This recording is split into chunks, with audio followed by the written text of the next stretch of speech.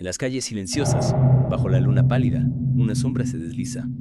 Una figura que susurra en la oscuridad, el miedo de generaciones. Hoy nos adentramos en la leyenda de El Hombre del Saco, un personaje que todos conocemos, ¿verdad? Sí, desde luego. Esa figura tenebrosa que secuestra niños en su saco, un cuento para no dormir. Pero, ¿te has preguntado alguna vez qué hay detrás de esta historia? ¿Es solo un mito o hay algo más? Ah, la eterna pregunta. El hombre del saco, una figura tan arraigada en nuestra cultura, con tantos nombres. El viejo del saco, el viejo del costal, el hombre de la bolsa. Todos evocan la misma imagen inquietante, una herramienta sin duda para infundir miedo y asegurar la obediencia de los niños. Pero su sombra se extiende más allá de la mera superstición.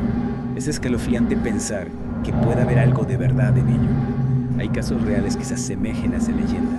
Algo que nos haga pensar que no es solo un cuento para asustar. Hay casos, sí, que resuenan con la oscura melodía del Hombre del Saco. Uno de los más impactantes y que nos lleva a la Almería de 1911 es el crimen de Gador, un caso real con personajes reales, que parece sacado de una pesadilla. E imagina un hombre, Francisco Ortega, apodado el Moruno, desesperado por encontrar una cura para su tuberculosis. ¿Y qué tiene que ver este hombre con el hombre del saco? ¿Acaso secuestraba niños? La historia es aún más macabra. El Moruno, en su búsqueda desesperada, recurre a Agustina Rodríguez y Francisco Leona, quienes le proponen una solución abominable: la sangre de un niño. Y para llevar a cabo este plan atroz, entra en escena Julio Hernández, el hijo de Agustina, un personaje siniestro apodado Tío del Saco. Tío del saco, el hambre ya pone los pelos de punta. Exacto, el mismo eco de la leyenda. Y este Tío del Saco, haciendo honor a su apodo, secuestra a un niño de 7 años, Bernardo Gómez Parra, metiéndolo en un saco. Lo que le hicieron a este niño, es mejor que no lo sepas. No, por favor, no me lo cuentes. Solo de pensarlo me recorre un escalofrío. Digamos que usaron al niño para intentar curar la tuberculosis del moruno y para obtener su grasa corporal. Un final espantoso que nos recuerda que la realidad puede ser mucho más cruel que cualquier leyenda. Es horrible, un caso verdaderamente espeluznante. Es posible que la leyenda del hombre del saco se base en este crimen, que haya surgido a partir de este suceso tan terrible. Es una pregunta lógica, sin duda. El crimen de Gador es un eco macabro de la leyenda, pero no su origen. Hay constancia de un juego infantil con el mismo nombre, que se remonta al siglo XVIII y XVIII. La figura del hombre del saco ya existía, latente en la cultura popular, mucho antes de este horrible crimen. Es decir, que la leyenda ya estaba ahí, esperando a que la realidad la alimentara con historias como la del crimen de Gador. En el artículo que te envié se mencionan otras figuras aterradoras. El Coco y Sacamantecas tienen alguna relación con el hombre de saco. Son parte del mismo imaginario de terror. Sin duda. El Coco y Sacamantecas pertenecen a esa familia de espantos que pueblan las noches de los niños. Son asustadores, figuras creadas para infundir miedo y asegurar la obediencia, pero también reflejan las ansiedades de la sociedad, ¿no crees? Es cierto, si lo pensamos fríamente, es inquietante que usemos estas figuras para atemorizar a los niños. ¿Es solo una forma de control o hay algo más profundo en esta práctica? ¿Qué nos dice de nosotros mismos el hecho de recurrir al miedo para educar? Es un tema complejo, que ha generado muchos debates. Algunos expertos argumentan que estas figuras actúan como una forma de control social, inculcando la obediencia a través del miedo. El hombre del saco sería una herramienta para que los niños se comporten bien, obedezcan a sus padres y eviten situaciones peligrosas. Tiene sentido.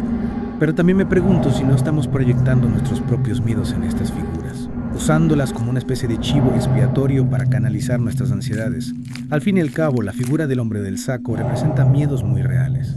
El secuestro, la desaparición, la pérdida de un hijo. Miedos que nos acompañan a lo largo de la historia. Exacto, la figura del hombre del saco, como otros similares, encarna el miedo a lo desconocido, a la pérdida de la inocencia, a la vulnerabilidad de los niños ante un mundo que a veces puede ser cruel. Y lo más interesante es que estas figuras no son estáticas, sino que evolucionan con el tiempo, adaptándose a los miedos y preocupaciones de cada época. ¿Podrías darnos algún ejemplo de cómo ha evolucionado la figura del hombre del saco? ¿Cómo se ha ido transformando a lo largo del tiempo? Claro, en el pasado, el hombre del saco se asociaba a la pobreza y la marginalidad, representando el miedo a los mendigos, a los vagabundos, a aquellos que vivían al margen de la sociedad. Era una figura que reflejaba la desigualdad social y el miedo a lo diferente. ¿Y en la actualidad? ¿Con qué asociamos al hombre del saco en nuestros días? ¿Qué miedos contemporáneos encarna? Hoy en día, la figura del hombre del saco ha adquirido nuevas connotaciones, asociándose a peligros más contemporáneos como el tráfico de personas, la violencia urbana o la pederastia. Refleja la preocupación por la seguridad de los niños en un mundo cada vez más complejo y globalizado. Es decir, que la figura se ha adaptado a los miedos de nuestra época. reflejando la inseguridad y la incertidumbre que a veces nos acechan. Pero, volviendo al tema de usar el miedo como herramienta educativa, ¿no podría tener esto consecuencias negativas para los niños? ¿No podríamos estar creando miedos irracionales que les afecten en su desarrollo? Es una preocupación válida, sin duda. Algunos psicólogos advierten sobre el uso excesivo del miedo como herramienta educativa. Argumentan que puede generar ansiedad, inseguridad y desconfianza a los niños. En lugar de protegerlos, podríamos estar creando traumas y miedos irracionales que les dificulten su desarrollo emocional y social. Es un tema delicado, que requiere de mucha sensibilidad por parte de los padres y educadores. Hay que encontrar un equilibrio entre la protección y la libertad, entre la advertencia sobre los peligros y la confianza en la capacidad de los niños para afrontar el mundo. Exacto. Es fundamental fomentar la autonomía y la resiliencia de los niños, sin olvidar la importancia de hablar con ellos sobre los peligros reales, pero sin caer en el alarmismo ni en la generación de miedos infundados. Volviendo al crimen de Gador, ¿crees que este caso tuvo un impacto en la leyenda del hombre del saco? ¿Reforzó la figura del hombre del saco en el imaginario colectivo?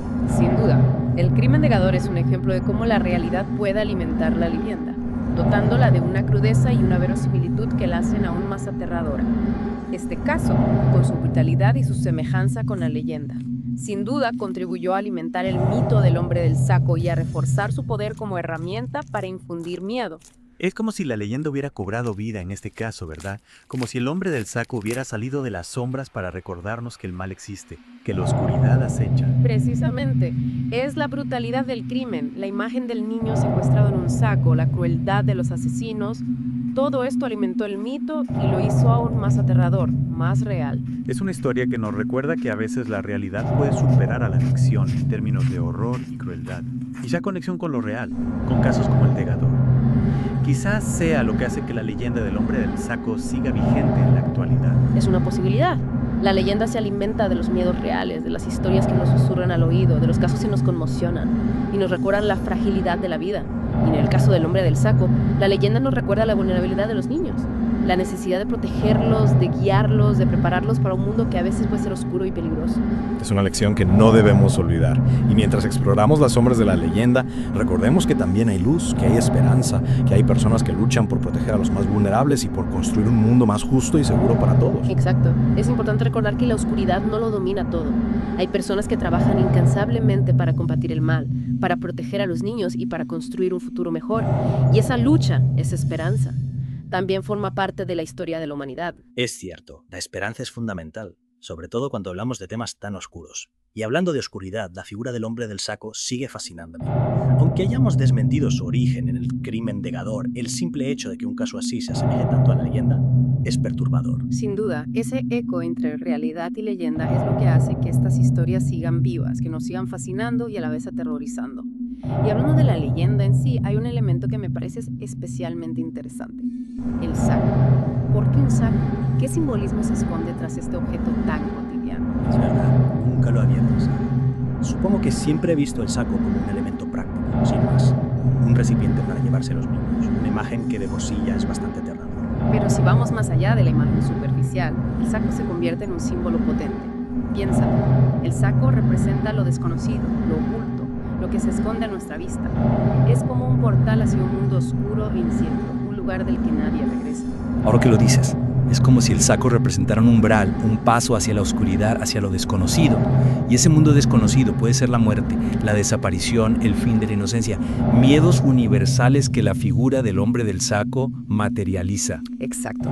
El saco, con su simplicidad, se convierte en una metáfora poderosa. Una metáfora que nos habla de nuestros miedos más profundos, de las cosas que nos acechan en las sombras, de lo que no queremos ver, pero que a veces nos persigue. Es increíble cómo un objeto tan simple puede tener tantas capas de significado, cómo puede conectar con miedos tan profundos y universales. Y lo más inquietante es que la leyenda sigue viva, sigue transmitiéndose de generación en generación. ¿Por qué crees que el hombre del saco sigue siendo una figura tan potente en el imaginario colectivo? Creo que en parte se debe a esa conexión con la realidad, con casos como el de Gador, que nos recuerdan que la oscuridad existe, que el mal es real. Pero también hay algo en la figura del hombre del saco que apela a nuestro instinto más básico, al miedo a lo desconocido, a lo que se esconde en la oscuridad. Es un miedo primitivo, ¿verdad? Un miedo que todos compartimos, sin importar la época ni el lugar. Y la leyenda del hombre del saco lo canaliza, lo materializa, lo convierte en una figura tangible, en una amenaza real. Precisamente. Y esa amenaza, aunque sea simbólica, nos sirve como recordatorio.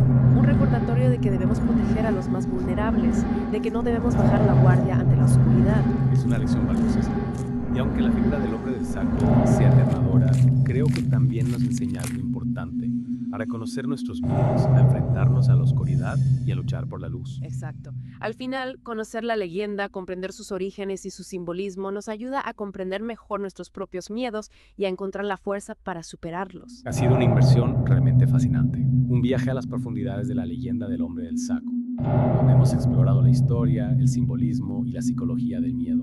Y aunque hayamos desvelado algunos de sus secretos, la leyenda sigue conservando su aura de misterio, su capacidad para inquietarnos y hacernos reflexionar. Y esa es la magia de las leyendas, ¿no crees?